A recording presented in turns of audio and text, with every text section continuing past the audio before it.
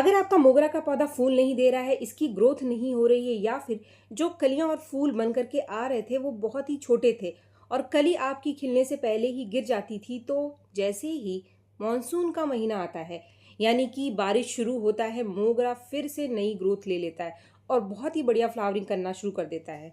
तो फ्रेंड्स, अगर आपको अपने मोगरा के पौधे से भर भर के बारिश फूलों की चाहिए बारिश के महीने में, तो फिर जो काम आज के इस वीडियो में मैं आपको बता रही हूँ, इसको आप तुरंत से कर लो। अगर आपके एरिया में मॉनसून आने वाला है या फिर कुछ बारिश शुरू हो गई है, तो आप इन कामों को जितनी जल्दी हो सके फटाफट से कर लीजिए।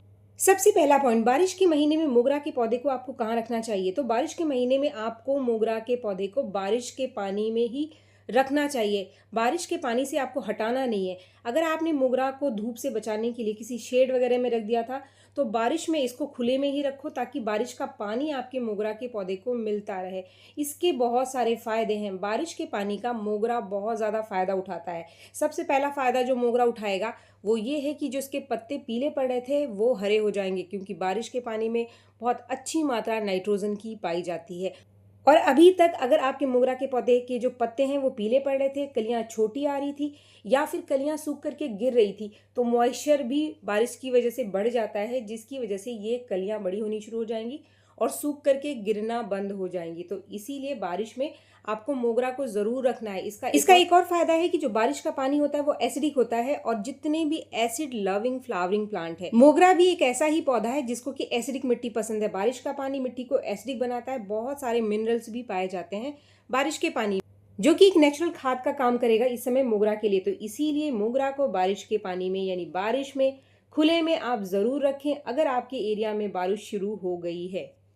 तो फ्रेंड्स, ये तो था पहला पॉइंट। अब आपको करना क्या है, अगर आपको बारिश में मोगरा की ग्रोथ को बढ़ाना है, तो जो सबसे पहला काम आपको इसके ऊपर करना है वो है इसकी कटाई छटाई यानी कि इसकी प्रूनिंग।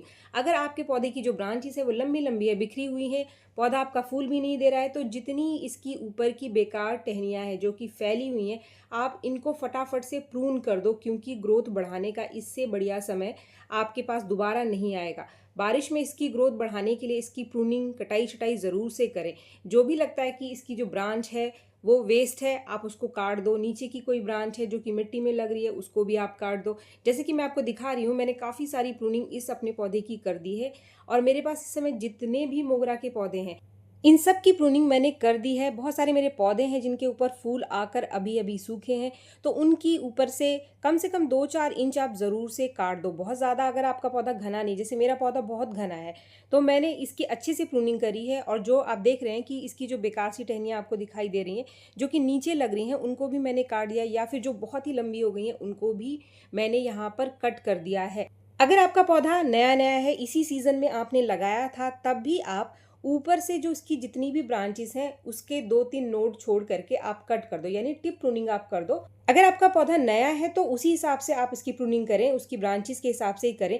ऐसा नहीं है कि नया है, छोटा सा पौधा है और आप उसको ज़्यादा से ज़्यादा काट दो, ऐसी गलती आपको नहीं करनी है। पुराने पौधे में ही आपको बहुत ज़्यादा कटाई छटाई करनी है। इसके बाद जो तीसरा पॉइंट है कि क्या इस समय मोगरा की कटिंग को आप ग्रो कर सकते हैं, तो मैं आपको बोलूँगी कि बारिश से अच्छा समय आपके पास आएगा ही नहीं मोगरा की कटिंग लगाने का। इससे पहले कि बारिश शुरू हो आप कटिंग लगा दो, इसका बहुत ज़्यादा फ़ायदा मिलता है और कटिंग बहुत ही बढ़िया ग्रो होती है। जैसे कि मैं आपको दिखा रही हूँ, ये वाली जो मेरी कटिंग है इसको मैंने पहले ही लगाया था जब स्टार्टिंग में सीज़न स्टार्ट हुआ था, जब मैंने पहली प्रूनिंग करी थी। लेकिन अभी मैंने जैसे ही अपने पौधों की प्रूनिंग करी तब भी मैंने काफ़ी सारी कटिंग लगा दी है। तो आप भी अगर कटिंग को ग्रो करना चाहते हैं तो बारिश से अच्छा समय आपके पास नहीं आएगा। एक बोनस पॉइंट मैं आपको यहाँ पे बता दूँ कि इस समय आपके गार्डन में जितने भी फ्लावरिंग प्लांट्स हैं जो कि फूल दे रहे हैं, जिनका सीज़न चल रहा है, उन सब की कटिंग बारिश में आप ज़रूर लगाएं। बारिश एक यूनिवर्सल टाइम है कटिंग को लगाने का। कैसी भी कटिंग होती है वो बारिश में लग जाती है, क्योंकि बारिश में मॉइस्चर बहुत ज़्यादा रहता है। लगातार बारिश होने से कटिंग ऊपर से सूखती नहीं है, इस वजह से कटिंग बहुत ही आसानी से बारिश के पानी में लग जाती है। अब जो हमारा चौथा पॉइंट है कि हमें आगे क्या करना है, तो हमने प्रूनिंग कर ली अपने पौधे की, अब आप करेंगे अपने पौधे की अच्छे से गुड़ाई। जिस भी पौधे की आपने काफ़ी दिनों से गुड़ाई नहीं करी है, जैसे कि आप ये वाला पौधा देख लो, मिट्टी जम चुकी है, तो इसकी अच्छे से गुड़ाई करनी है। यहाँ पर मैं आपको 2 पौधे दिखा रही हूँ। दोनों पौधों की मैंने प्रूनिंग करी है, दोनों की मैंने गुड़ाई भी कर ली है। अब बात करेंगे हम खाद की। तो यहाँ पर भी मैं आपको बताने वाली हूँ 2 ऐसे खाद जो कि आप आसानी से अपने मोगरा पर अगर इस समय दे दोगे तो मोगरा बारिश में बहुत ही बढ़िया ग्रोथ लेगा और बहुत ही बढ़िया फ्लावरिंग करेगा।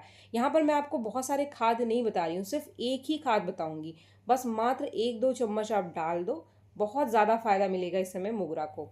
तो फ्रेंड्स, जो पहला फर्टिलाइज़र मैं आपको बता रही हूँ, ये एक ऐसा फर्टिलाइज़र है जो कि ऑर्गेनिक खाद है, जिसको कि आप मार्केट से ले सकते हैं और एक बार आपने इसको खरीद लिया तो काफ़ी सारे पौधों में आप इसका इस्तेमाल कर सकते हैं। एक पैकेट बहुत ज़्यादा महंगा नहीं होता है। ये जो चीज़ है ये है सरसों खली का पाउडर।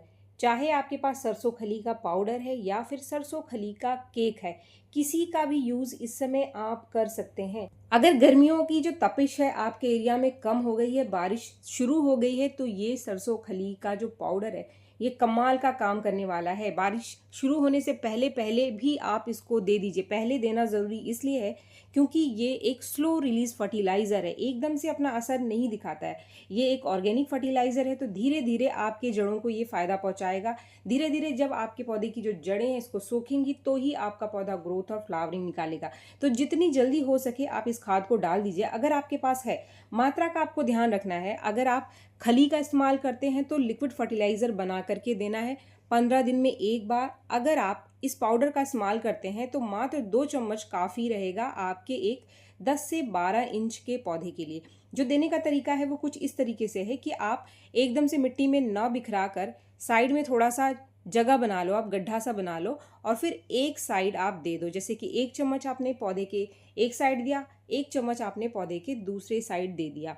ये एक ऐसा फर्टिलाइज़र है जिसके अंदर nitrogen, potassium, phosphorus, sulphur, magnesium बहुत अच्छी मात्रा में पाया जाता है। बेस्ट ऑर्गेनिक फर्टिलाइज़र है आपके सभी पौधों के लिए, चाहे वो कोई फ्लावरिंग प्लांट है, चाहे वो कोई पत्तेदार पौधा है। सभी में सरसों खली का इस्तेमाल करके, सरसों खली के पाउडर का इस्तेमाल करके आप पौधे की ग्रोथ और फ्लावरिंग दोनों को बढ़ा सकते हैं नेचुरल तरीके से।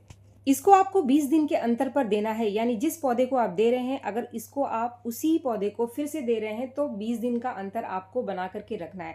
अब अगर मान लीजिए कि हमारे पास सिर्फ एक मोगरा का पौधा है तो इसका सब्स्टिट्यूट क्या है, वो कौन सा फर्टिलाइज़र है जो कि आप घर पे बना करके ये सरसों खली के पाउडर की जगह दे सकते हैं। एक कमाल का फर्टिलाइज़र है जिसका रिजल्ट भी कमाल का है।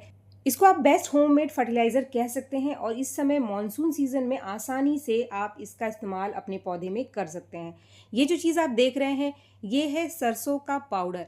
आपके किचन में जो खाना बनाने के लिए आप सरसों का इस्तेमाल करते हैं, आप उस सरसों के जो दाने हैं, चाहे वो पीले रंग का सरसों है आपका या फिर जो ब्राउन कलर का जो सरसों आता है, जो पर्पल से रंग का होता है, उसको ग्राइंडर मिक्सर में डाल करके उसका एक पाउडर बना लो। इस पाउडर को आप 1-2 दिन के लिए धूप में रख दो ताकि जो इसका मॉइस्चर है थोड़ा सा ख़त्म हो जाए।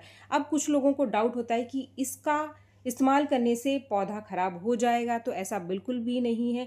गर्मी में जब बहुत ज़्यादा गर्मियाँ थी, जब बारिश भी नहीं थी, तब मैं भी अपने पौधे में सरसों खली का पाउडर इस्तेमाल नहीं करती हूँ, ना ही सरसों पाउडर का इस्तेमाल करती हूँ। लेकिन अब आप बारिश शुरू होने से पहले पहले इसका इस्तेमाल कर सकते हैं। बस मात्रा का आपको ध्यान रखना है। मात्रा आप उतना ही रखें जितना कि मैं इस वीडियो में आपको बता रही हूँ। अगर आपका पौधा बड़ा है, आपका पौधा कम से कम 12 इंच के पॉट में लगा हुआ है, अच्छा खासा घना है जैसे कि मेरे पौधे हैं, तो कम से कम 1 चम्मच ये जो सरसों का पाउडर है इसका इस्तेमाल करना है। 1 चम्मच से ज़्यादा आपको नहीं देना है।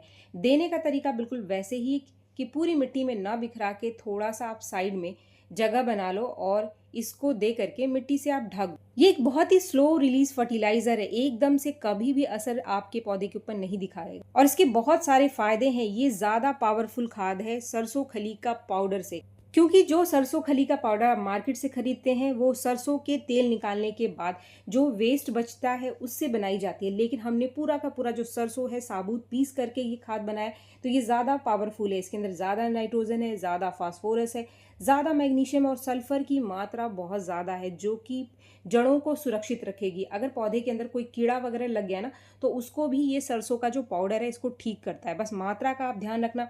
पौधा आपका छोटा है तो आप आधा चम्मच ही दो, 1 चम्मच से ज़्यादा आपको नहीं देना है। 20 दिन से पहले आपको कोई भी खाद अपने पौधे के ऊपर रिपीट नहीं करना है। अगर आपका पौधा खाद देने की वजह से कभी भी खराब हुआ, कोई ऑर्गेनिक फर्टिलाइज़र देकर खराब हुआ या फिर कोई होममेड फर्टिलाइज़र देने से आपका पौधा खराब हुआ, तो वो तब होता है जब आपके पौधे का जो ड्रेनेज है, यानी जो नीचे का पॉट का छेद है वो बंद है, मिट्टी ठीक नहीं है, खाद नीचे इकट्ठा हो जाता है, सही से बाहर ही नहीं निकल पाता।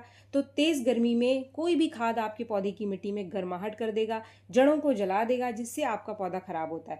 तो ये चीज़ें आपको खुद से ठीक करके रखनी है। बारिश के महीने में अपने मोगरा के पौधे की आप ड्रेनेज भी ज़रूर से चेक करें, इसको ठीक करें, क्योंकि अगर मोगरा के पौधे की ड्रेनेज खराब रहेगी तो ज़्यादा पानी रुकने की वजह से भी जो जड़ें हैं वो गल जाती हैं, सड़ जाती हैं, जिसकी वजह से अच्छा खासा पौधा बारिश में ख़राब हो जाता है। इस टॉपिक पर एक डिटेल वीडियो मैं आपको बताऊंगी, बना करके आपके साथ ज़रूर शेयर करूंगी कि बारिश में हमें पौधों को कैसे बचाना है, क्योंकि बहुत सारे पौधे ऐसे होते हैं जो कि ड्रेनेज ठीक ना होने की वजह से बारिश में ख़राब हो जाते हैं।